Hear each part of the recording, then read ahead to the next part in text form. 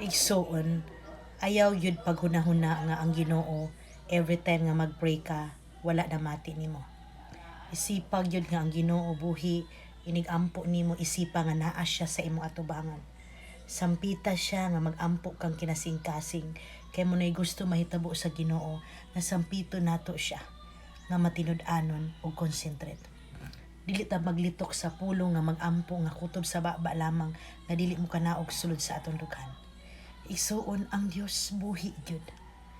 Di nato makita siya kay espiritu ra, pero every time nga sampiton og tawgon nimo ang iyang balaang ngalan, naa siya taliwala nga mabati niya nga naa day siya uban ka nato.